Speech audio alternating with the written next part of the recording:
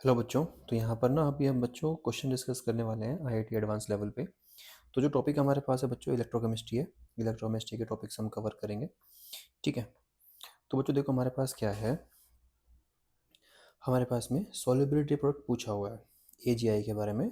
From the following value of standard electrode potential. देखो बच्चों हमारे पास एक ई note A G plus A जी दिया हुआ है। एक दिया हुआ है ई note I negative A G आई और ए जी। ये हमारे पास मेटल इंसॉल्युबल सोल्ट और एनायन का इलेक्ट्रोड है। ठीक है। तो इसमें हम क्या करते हैं, आपको याद होगा ये हाफ सेल की तरह यूज़ करते हैं। तो यहाँ पर हम बच्चों डेल्टा जी की हेल्प लेते हैं। देखो जो ए जी आई हमारे पास है बच्चों फर्स्ट स्टेप में वो आयोनाइज होगा ए जी प्लस और आई नेगेटिव की हेल्प फॉर्म में। ठीक है। तो यहाँ पर हम क्या बोलेंगे, delta G not is equal to minus का R T L N K, और के यहाँ पे हो जाएगा बच्चों के एस पी। ठीक है।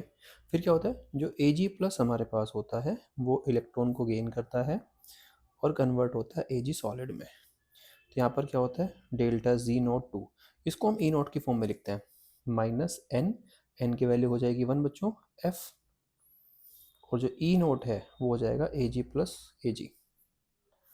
बच्चों दोनों रिएक्शंस को ना हम ऐड कर देते हैं, तो ए जी प्लस कैंसिल हो जाएगा। ठीक है। तो नेट रिएक्शन हमारे पास क्या बनेगी, A G I plus electron will form A G plus में आई नेगेटिव। ठीक है। तो यहाँ भी हम क्या लिखेंगे, delta G not three is equal to minus का एन एफ ई नोट से लिखेंगे।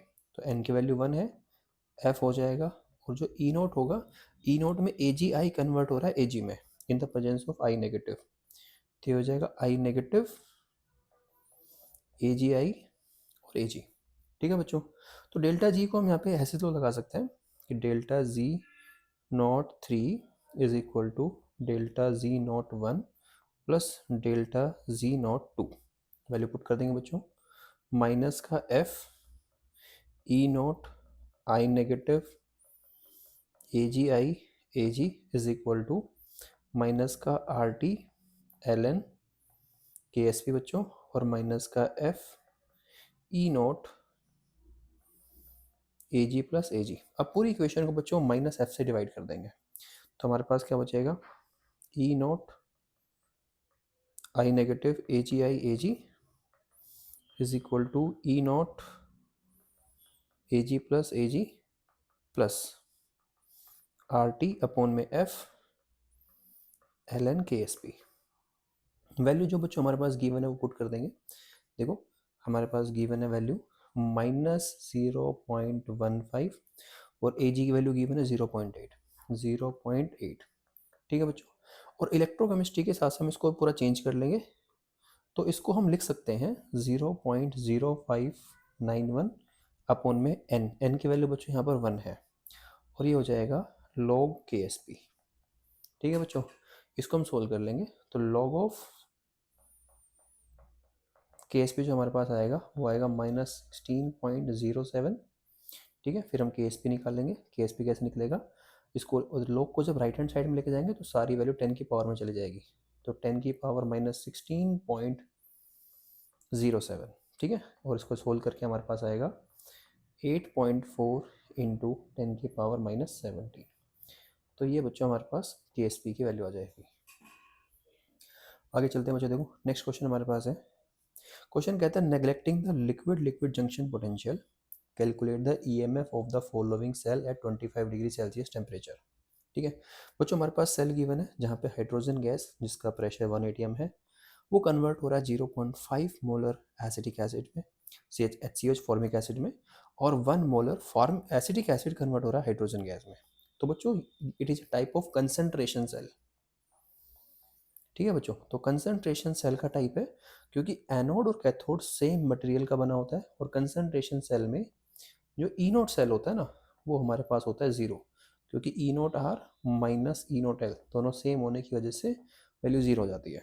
चलो देखते हैं बच्चों। सबसे पहले जो लेफ्ट हैंड साइड में हमारे पास एनोड होता है तो हम एनोड की रिएक्शन लिखेंगे। एट एनोड, एनोड पर क्या रिएक्शन होगी बच्चों, ऑक्सीडेशन होता है, तो हाइड्रोजन गैस जिसका प्रेशर 1 एटीएम है वो कन्वर्ट हो जाएगा बच्चों H प्लस प्लस इलेक्ट्रॉन। और जब वो H प्लस में कन्वर्ट होगा तो किसके H प्लस में कन्वर्ट होगा, फॉर्मिक एसिड में। ठीक है। तो इसको 1/2 से मल्टीप्लाई कर देंगे। एट कैथोड क्या होगा, कैथोड पे बच्चों हो जाएगा रिडक्शन। तो H प्लस कौन सा, एसिटिक एसिड से, वो इलेक्ट्रॉन गेन करेगा, कन्वर्ट होगा हाइड्रोजन गैस, जिसका अगेन प्रेशर कितना है 1 atm है। तो स्टोइचियोमेट्रिक कोफिशिएंट लगा देंगे 1/2। दोनों रिएक्शंस को ऐड कर देंगे नेट रिएक्शन निकालने के लिए। तो H2 से H2 कैंसिल हो जाएगा, इलेक्ट्रॉन से इलेक्ट्रॉन कैंसिल हो जाएगा। नेट रिएक्शन क्या बचेगी कि जो H प्लस है एसिटिक एसिड का बच्चों, वो हमारा कन्वर्ट हो रहा है H प्लस फॉर्मिक एसिड में।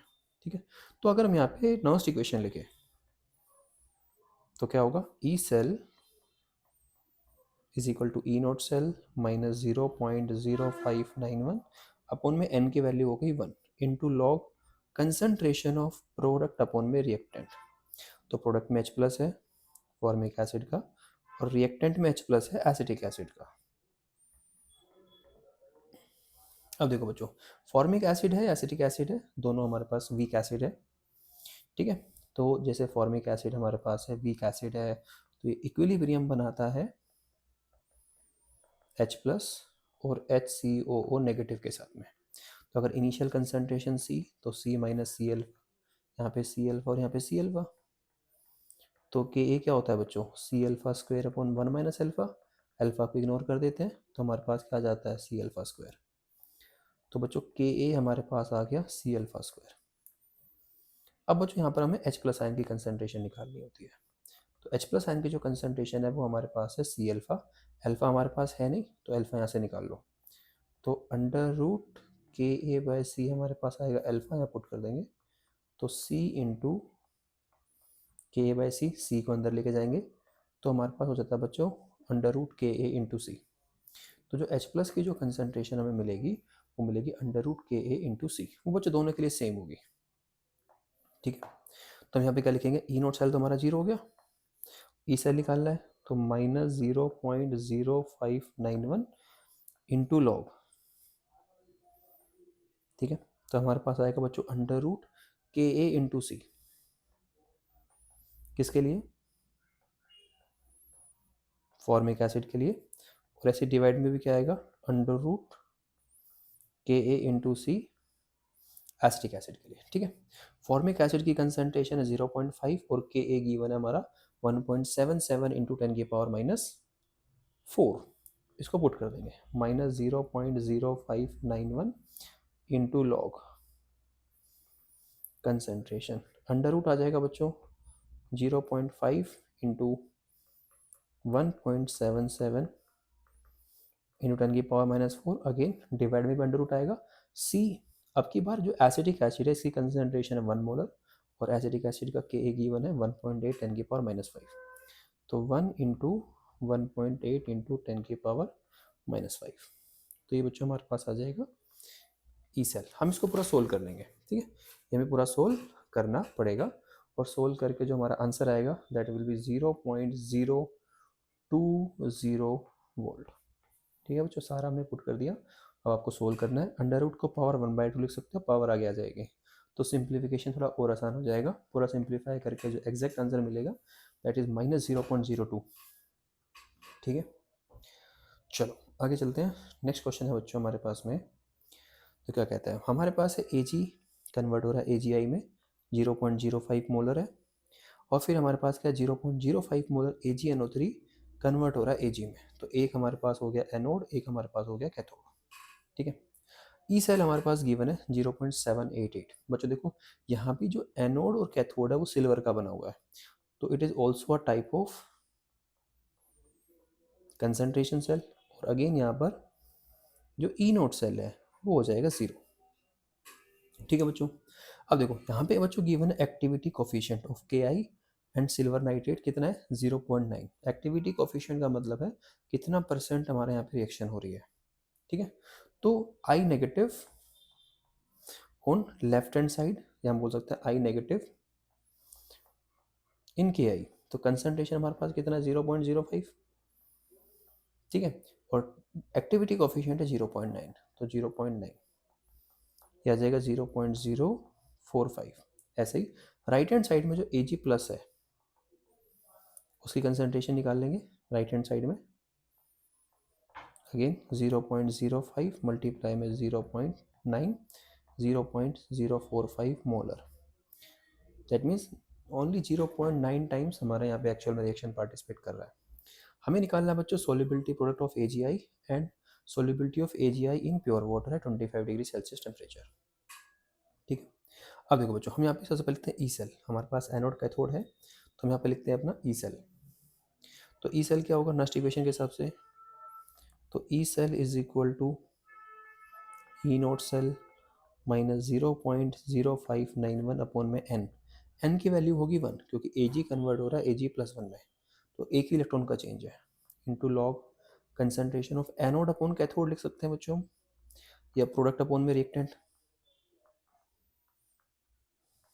ठीक है, तो कैथोड जो हमारे पास है बच्चों राइट हैंड साइड में उसमें Ag की कंसंट्रेशन कितनी है 0.045, तो एनोड जो लेफ्ट हैंड साइड है वहां पर हम Ag की कंसंट्रेशन निकाल लेंगे। वैल्यू पुट कर दो, ई नोट सेल को 0 पुट कर दो, तो हमारे पास आएगा E cell is equal to minus 0.0591 upon में एन की value 1 into log of concentration of Ag plus upon में 0.045।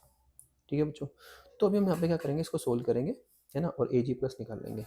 ई सेल बच्चों हमारे पास गिवन है 0.788, तो 0.788 is equal to minus 0.0591 into log of concentration of Ag plus upon में 0.05। आप इसको सोल्व कर लो, ठीक है, लॉग एंटी लॉग लेकर के, और जो Ag प्लस की जो कंसंट्रेशन हमें यहाँ पे मिलेगी बच्चों सोल्व करके वो मिलेगी 2.105 इंटू 10 की पावर माइनस 15 मोलर। ठीक है, अब बच्चों में KSP निकालना है, KSP ऑफ AgI, तो कैसे निकलेगा, तो KSP हमारे पास हो जाएगा concentration of Ag plus into concentration of I negative. Ag plus की कंसंट्रेशन निकाल चुके हैं 2.105 इंटू 10 की पावर माइनस 15, यहाँ पे Ag प्लस की वैल्यू निकली बच्चों ये, और जो I नेगेटिव हमारे पास है लेफ्ट हैंड साइड में वो हम पहले निकाल चुके थे एक्टिविटी कोफिशिएंट की हेल्प से, तो मल्टीप्लाई कर देंगे 0.045 से, तो यहाँ पे हमारे पास आ जाएगा KSP, सोल्व करके आएगा 9.472 इंटू 10 की पावर माइनस 17, ये बच्चों KSP आ गया। अब देखो जो AgI हमारे पास होता है वो डिसोशिएट होगा किसकी फॉर्म में, Ag प्लस और I नेगेटिव, इसकी सोल्युबिलिटी S, इसकी सोल्युबिलिटी S, सो KSP क्या हो जाएगा बच्चों S स्क्वायर, तो सोल्युबिलिटी क्या आ जाएगी अंडर रूट KSP, तो KSP हम निकाल चुके हैं 9.472 इंटू 10 की पावर माइनस 17, इसको सोल्व कर लेंगे फिर हमारे पास आ जाएगी सोल्युबिलिटी, हमारे पास आ जाएगा 9.732 इंटू 10 की पावर माइनस 9। आप बच्चों उसको पूरा सोल्व कर लोगे आपका आंसर आ जाएगा। ठीक है, तो ये हमारे पास कुछ क्वेश्चन थे KSP से रिलेटेड इलेक्ट्रोकेमिस्ट्री में जो एडवांस पॉइंट ऑफ व्यू से पूछे जाते हैं।